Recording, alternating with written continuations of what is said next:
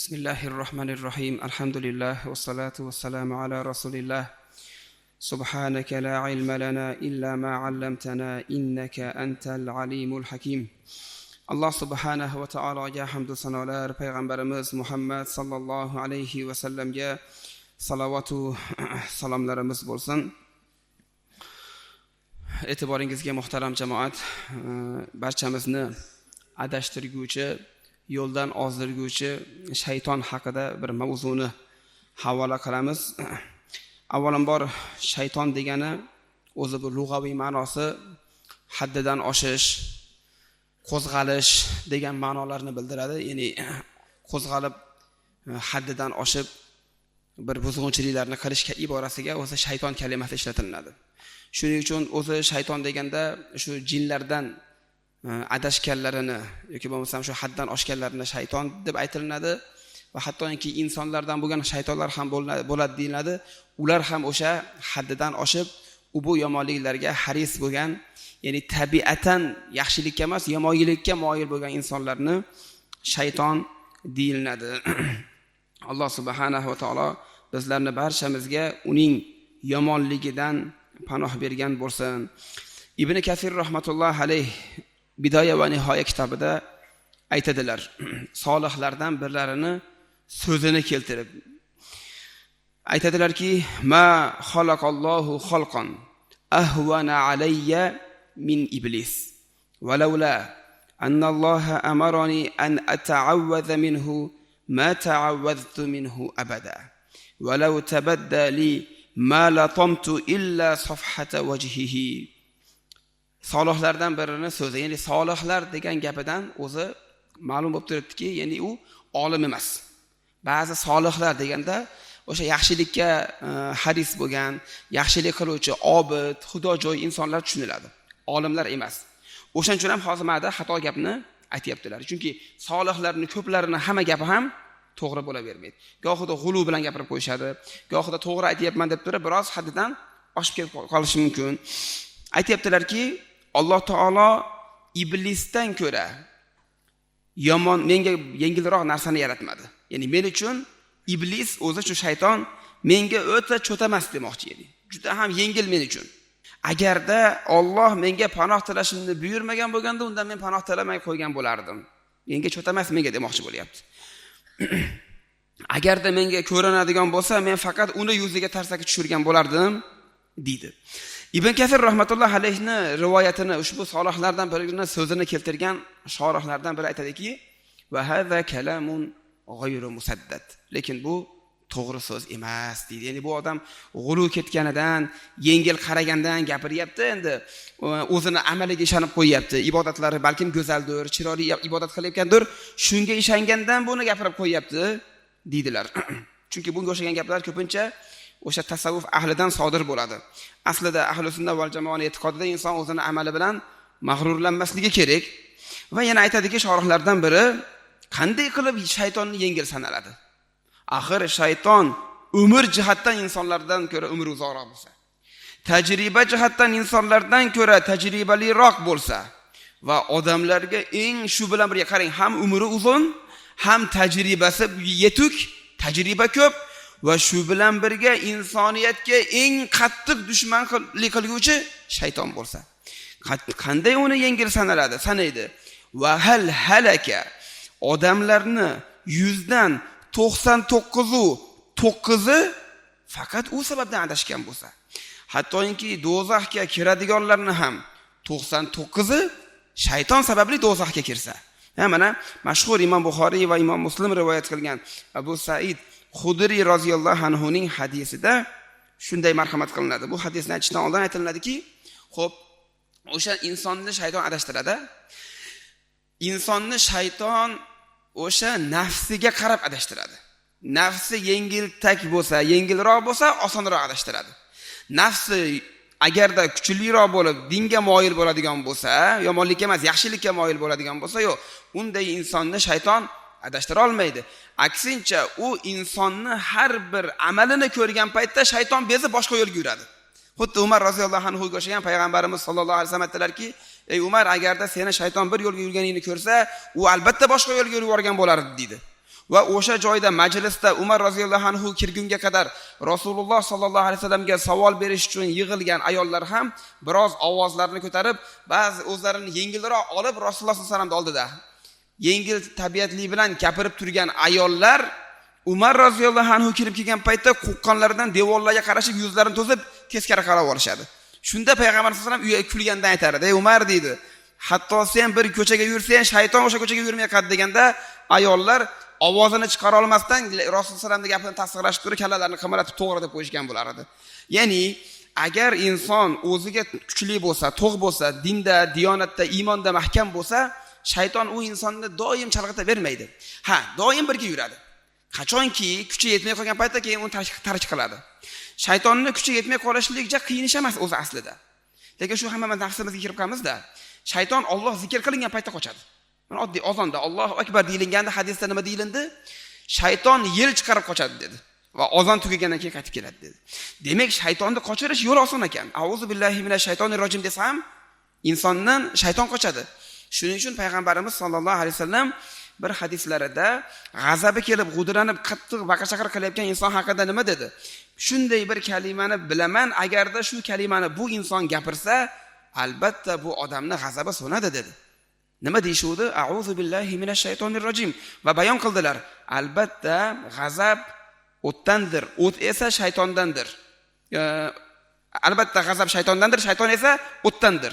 O'tni esa suv o'chiradi deb aytganlar. Ha, aslida shaytonga qarshi kurashish oson, bilgan inson uchun. Zikr qiladi, Allohni eslaydi, bo'ldi, shaytonning ishi inshaalloh oson kechadi. Endi insoniyatning 99% shayton sababli do'zaxga kiradi deyilyapti. Imom Buxoriy va Imom Muslim rivoyatlarida Abu Said Xudri roziyallohu anhu dan rivoyat qilinadi.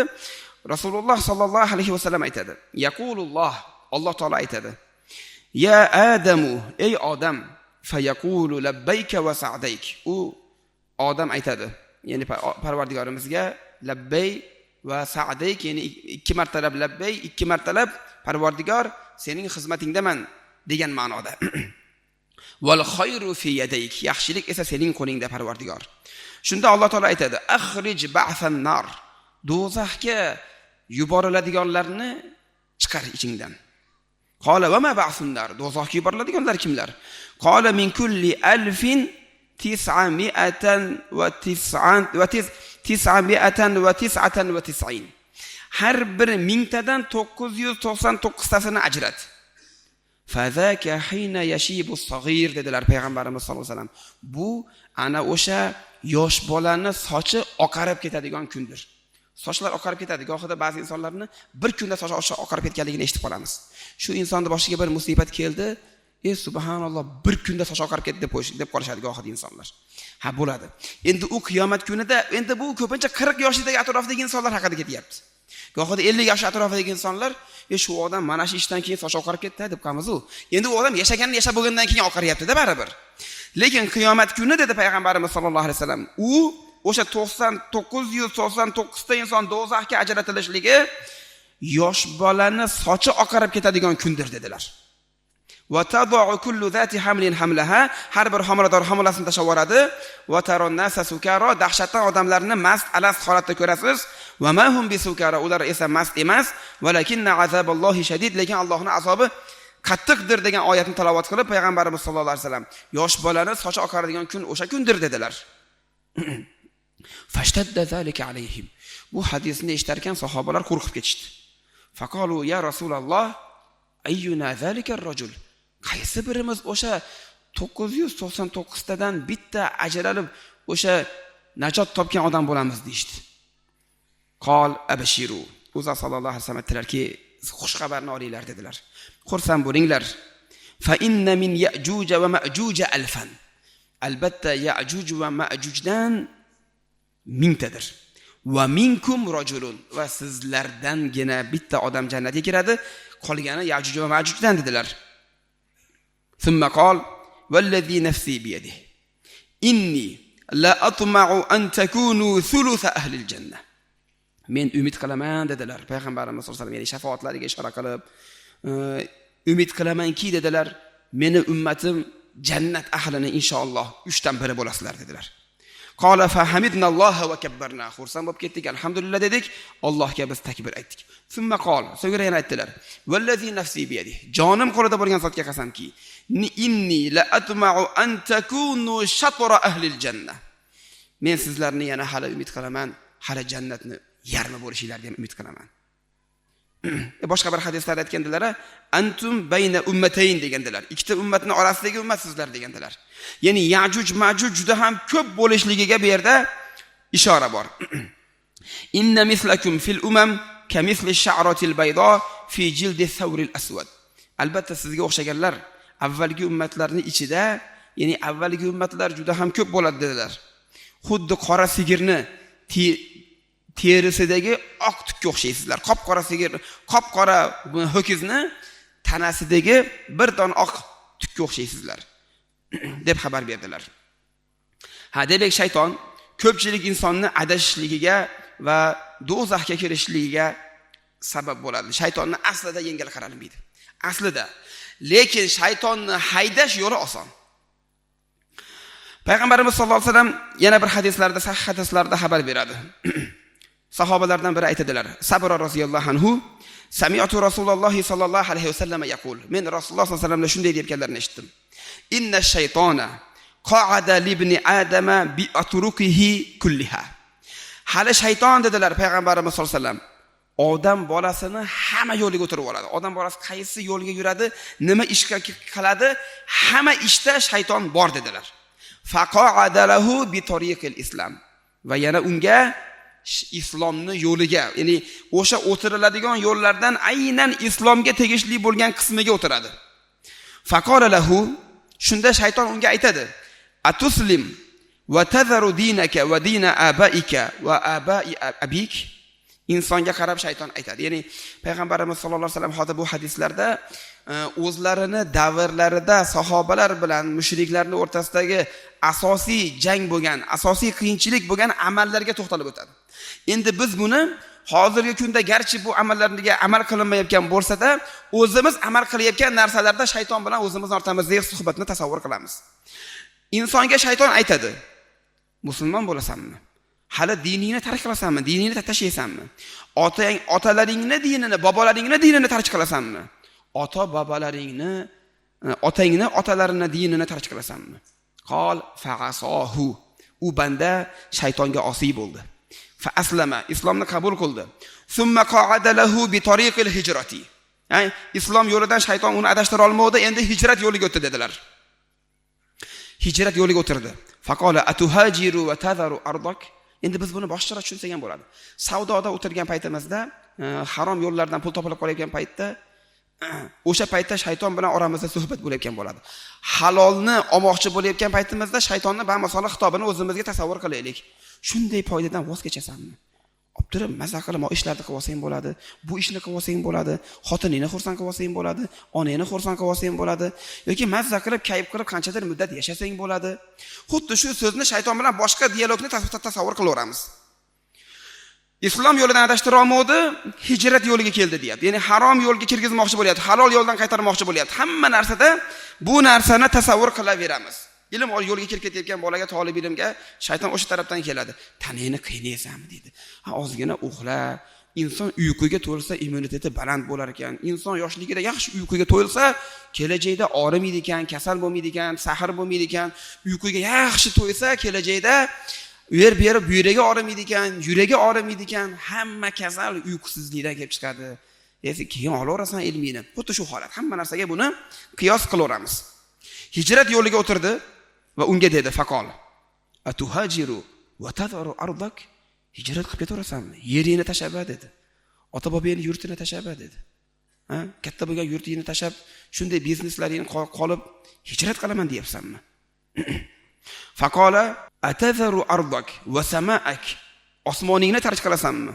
Va innama mathalul muhajiri ka mathalil farasi fit tul. Albatta muhojirning misoli uzunlikda otni misoliga o'xshaydi. Qala fa'asahu fahajar.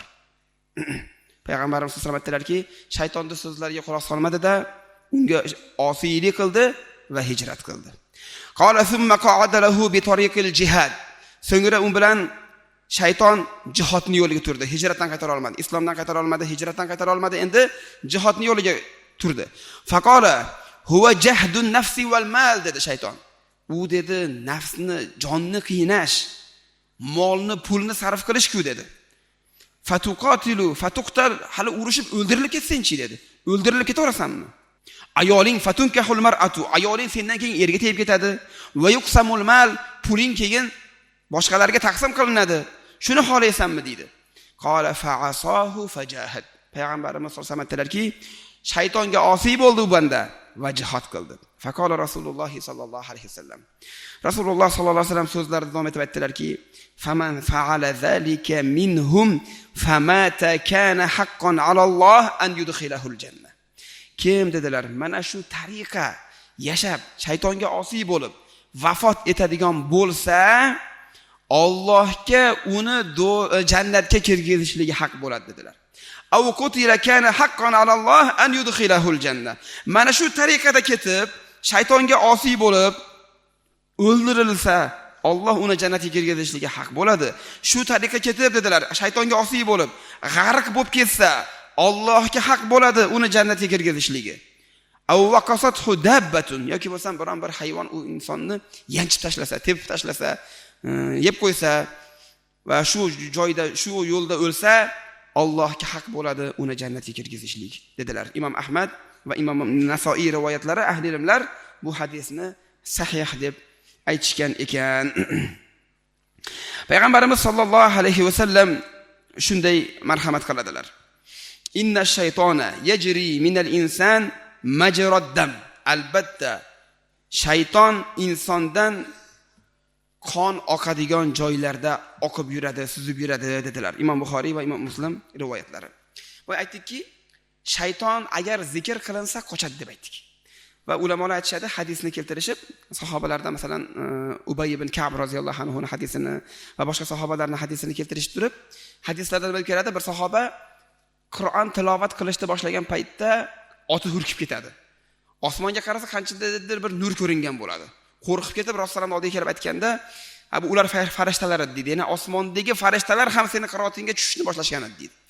O'zi deydi ulamolar, shu hadislardan foyda qilib olishib, har qanaqa qiroat qilib Qur'on tilovatini boshlagan inson borki, shayton o'z-o'zidan qochadi dedi. Shuning uchun ham Qur'onda boshida a'uzu billahi minash shaytonir rojim deyiladi. Shayton qochadi va farishta kelar ekan. Va farishtalar o'rab olar ekan qiroat qilguvchi insonni. Demak, shaytonni ketkizish yo'llari oson. Demak, o'sha paytda qilingan duolar ham ijobat bo'ladi degan. O'sha paytda inson Allohga qancha yaqinroq bo'ladi degani. O'zi shaytondan uzoq bo'lsa, Allohga yaqin bo'ladi, Allohdan uzoq bo'lsa, shaytonga yaqinroq bo'ladi. Shaytonning insonga bo'lgan dushmanliklari nimalardan iborat? Ulamolar aytishadi. Birinchisi, o'zi har biriga oyatlar kelgan, Bahol Qudrat aytib o'tamiz, yuridu an nakfura billahi va nushrika bih. Shayton bizlarni shirk keltirishimizga, Allohga kofir bo'lishimizga chaqiradi. Va yana yuridu an yakuna ma'ahu fis sa'ir. Do'zaxda alovda birga bo'lishimizni xohlaydi.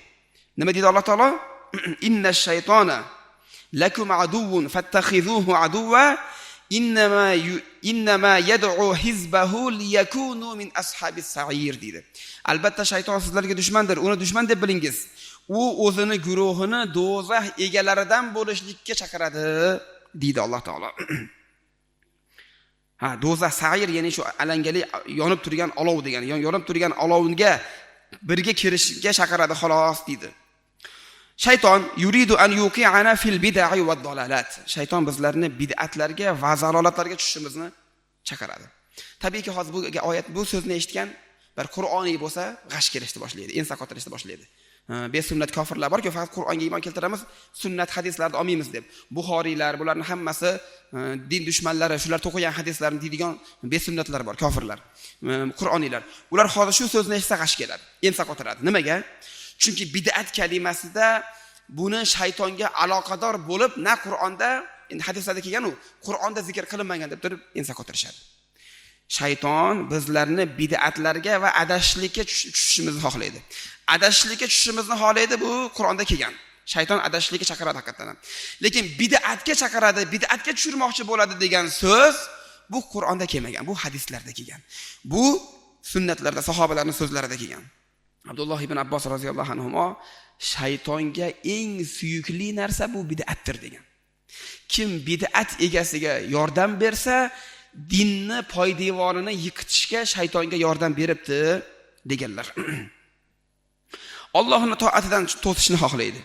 Va yuridu an yufsida alayna ta'atalloh. Alloh taoloning to'atini bizlarga buzishni xohlaydi. Ya'ni to'at to'g'ri bajarilishi mumkin, lekin niyat buzilib ketib qolib turib, yo riyo sababli yo boshqa sababli, niyatni buzuqligi sababli o'sha amal Allohni rozi qilmasan, shaytonni rozi qiladigan amalga aylanadi. Shuning uchun salaf solihalarimizdan birlari juda bir ta'sirli, sehrli so'zni gapirishga qodir bo'lgan paytda go'yoqda indamay qargan. Gapirsa ko'pchilik foydalanadi. Lekin o'sha paytda niyati buzilib qolayotganligini bilib turib, bu amal Rahmonni emas, shaytonni rozi qilayotganligini bilishgan paytda sekin gapirmay qo'yishadi. Gohida gapirmay turishligi odamlar shu odam bir gapirmasdan sindiratda hammani deydigan o'ylar kelib qolyapti odamlarda degan xayol kelsa, gapirib yuborishadi. Buni hammasi demak shaytonga qarshi borishlik uchun qilingan amallar edi. Va shaytonning yana bir vazifasi bizlarni ma'siyatga tushib, insonlarning o'zaro orasida adovat paydo bo'lishiga chaqiradi. Va shuni xohlaydi. Yufsidu fil ard, yerda buzuqchilik qiladi. Va yaqta'ul arham, va qarindosh urug'chilik rishtalarini buzadi. Shayton o'zi bu haqida shunday degan, Alloh subhanahu va taolo bilan bo'lgan suhbatda, inna shaytona qol, payg'ambarimiz sollallohu alayhi vasallam aytdilar, albatta shayton dedi. Va izzatika ya robbi, ey parvardigor, izzatingga qasamki, la abrahu ughwi ibadaka ma damat arwahuhum fi ajsadihim. Modomiki jonlari, ruhlari tanalarida ekan, bandalaringni adashtirishda davom etaman. Faqala Robbu tabaraka va taala va izzati va jalali. Alloh taolo aytdi. Meni azizligimga qasam, la azalu aghfiru lahum mastaghfaruni. Modomiki mendan kechirim so'rashar ekan, mag'firat so'rashar ekan, men ularni kechirishda davom etaman dedi. Va payg'ambarimiz sollallohu alayhi vasallam yana aytdilarki, Imom Muslim rivoyat qiladi, Jabir roziyallohu anhu ning mashhur hadisi, inna iblisa yad'u arshahu alal ma. Iblis, ya'ni iblis, shayton o'zi ikkovi bitta so'z deganlar ham bor. Ba'zi ulamolar iblis erkagi, shayton urg'ochisi deganlar ham bor. Vallohu alam. Vallohu alam ikkovi bitta. Faqatgina shayton bu o'sha yuqorida aytganimizdek haddidan oshish, qo'zg'alish degan ma'nolardan yasalgan ibora. Shuning uchun Imom Shabiy muhaddis bo'lganlar. Imom Shabiy eng ko'p shu tobiinlar ichida ahli sunnaga hadis ilmi bilan xizmat qilgan olimlardan bittasi. Xususan Shia olamiga ham eng ko'p qattiq raddiya bergan Imom Shabiy bo'ladilar. Imom Shabiyga hatto kelib turib aytishadi. Deyishadi, eng chiroyli ayollarimizga uylab qo'yamiz, Shialarning foydasiga hadis o'qib ber deyishadi. Yo'q, deyishadi deb aytganlar. Ichimizda podshoh qilib olamiz, pullar beramiz, unday qilamiz, bunday keyinchalik aytib berganlar. Bu Shialar deganlar, ularning foydasiga hadis o'qib berishim uchun menga juda ko'p narsalarni taklif qilishgan. Bular Shialarning rivoyatlari ko'p bo'lganda, masalan, bular Mahdiyul Muntazar deyshadi. Ba'zi g'orlardan, mana shu g'orda bo'lsa kerak deb turib, xachir otlarni chiroyli qilib ustlariga egarlarini bezab chiroyli qilib qo'yib ketib qolishar ekan ba'zi tente Shialar. Nima qilyapsizlar desa, Mahdiy chiqib qolsa shuni minib keladi biz oldimizga degan iboralar.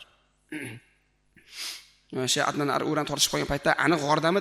g'orda deganda telefon qilib gaplashaychi, men agarda Mahdiyman desa, men odamlarga e'lon qilaman, hammamiz Shia diniga o'tamiz deganda, "Yo'q, g'orda sirdobdan antena chiqmaydi" deb aytishgan. Imom Shabiy bularni keyin fosh qilgan. Xuddi mana shu rivoyatlarning hammasini mendan iltimos qilishgan, men ko'nmaganman degan. Chunki ko'zga ko'ringan muhaddis bo'lgan, zamonasining tengi yo'q muhaddislardan bo'lgan. Bu kishi Shabiy aytayapti, Shabiy rivoyat qildi, Shabiy yozdi degan narsani xohlashar edi. Imom Shabiy rahmatullohi alayh unamaganlar. Imom Shabiy rahmatullohi alayhning oldiga kirib so'rashadi kunlarning birida o'tirganlarida. Shabiy deyshadi. Shayton urg'ochisi, iblis erkagi. To'g'rimi deyishganda, "Oma to'ylariga qatnashmagandim" degan ekanlar.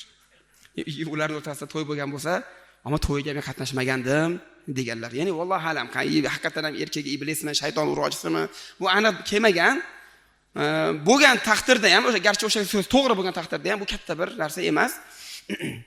Inna iblis yad'u arshahu alal ma dedilar. Albatta iblis taxtini suvga qo'yib oladi, ya'ni okeanga, dengizga qo'yib oladi. O'shunchalik dengizni bo'ylarida, okeanning bo'ylarida bir narsalarni ko'rdim, suv parisini ko'rdim, bir borodi ko'rdim degan gaplar vallohi o'sha hammasi shu jinlar uyi joylarda ko'p bo'lgani uchun sharpalar ko'ziga ko'ringan bo'lishi mumkin kimlarnidir. Ularning koni o'sha joy. okean, dengiz jinlar bilan shaytonlarning o'rnashgan joyi. Eng kattasi iblis ham o'sha joyda turadi. Summa yab'athu sarayah, o'sha joydan turib olib qo'shinlarini yuboradi. Fa adnahum minhu manzilatan a'zamuhum fitnatan dedilar. Ularni shaytonga eng manzilasi, darajati yaqini, eng fitnasi kattarog'i dedilar. Yaji'u ahaduhum, ularning biri keladi, ya'ni vazifa bilan keladi, aytganini bajarib, fayaqul fa'altu kaza va kaza, falon ishni qildim. Fayaqulu ma sana'ta shay'an, katta ish qilmabsan deydi iblis. Qala thumma yaji'u ahaduhum fayaqul, yana birlari kelib turib, falon ishni qildim deydi, unga ham ma sana'ta shay'an, katta ish qilmabsan deyveradi. Thumma yaji'u ahaduhum fayaqul, so'ngra yana biri keladi, u deydi, ma taraktu hatta farraqtu baynahu va bayna imra'atihi. Gijlayverdim, hattoki u bilan xotinini orasini ajrashtirib yubordim. Demak, bir hadisda ham payg'ambarimiz sollallohu alayhi vasallam bekarga aytmagan ekanlar-da, odamlarni ajrashtiradigan insonlar bor haqiqatan ham. Erkaklardan ham bor, ayollardan ham bor. Ba'zi ayollar erini yomonlayverib ajrashtirib oladi. Ba'zi erkaklar ham birovning xotinini yomonlayverib ajrashtirib yuboradi. Haqli o'rin, haqsiz o'rin endi u boshqa masala. Payg'ambarimiz sollallohu alayhi vasallam aytdilarki, "Man afsada imra'atan ala zawjiha falaysa minna" dedilar. Kim bir ayolni eriga qarshi gijlasa, buzsa, afsada dedilar. Ya'ni buzib yuborsa, bizdan emas dedilar.